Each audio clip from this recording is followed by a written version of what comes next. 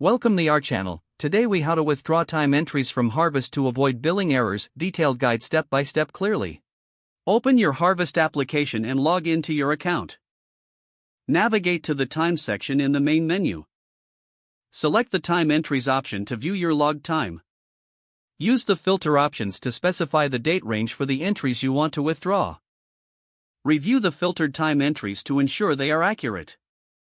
Identify any discrepancies or errors that may need to be addressed. Click on the checkboxes next to the time entries you wish to withdraw. Once selected, look for the Actions button at the top. Choose the Withdraw option from the drop-down menu. Confirm the withdrawal of the selected time entries in the pop-up window. Keep track of any notifications indicating successful withdrawals. If needed, add comments or notes to clarify reasons for withdrawing specific entries. Once you have completed the withdrawal, navigate to the Projects tab. Select the relevant project to verify the updated time entries. Recheck your billing rates and client information to prevent errors. Generate a new invoice to ensure all changes are reflected properly. Review the invoice for accuracy before finalizing it. Confirm that all time entries are now correct and ready for billing. Save any changes and log out of the Harvest application. If the page does not load, refresh the browser or try again in a private or incognito window.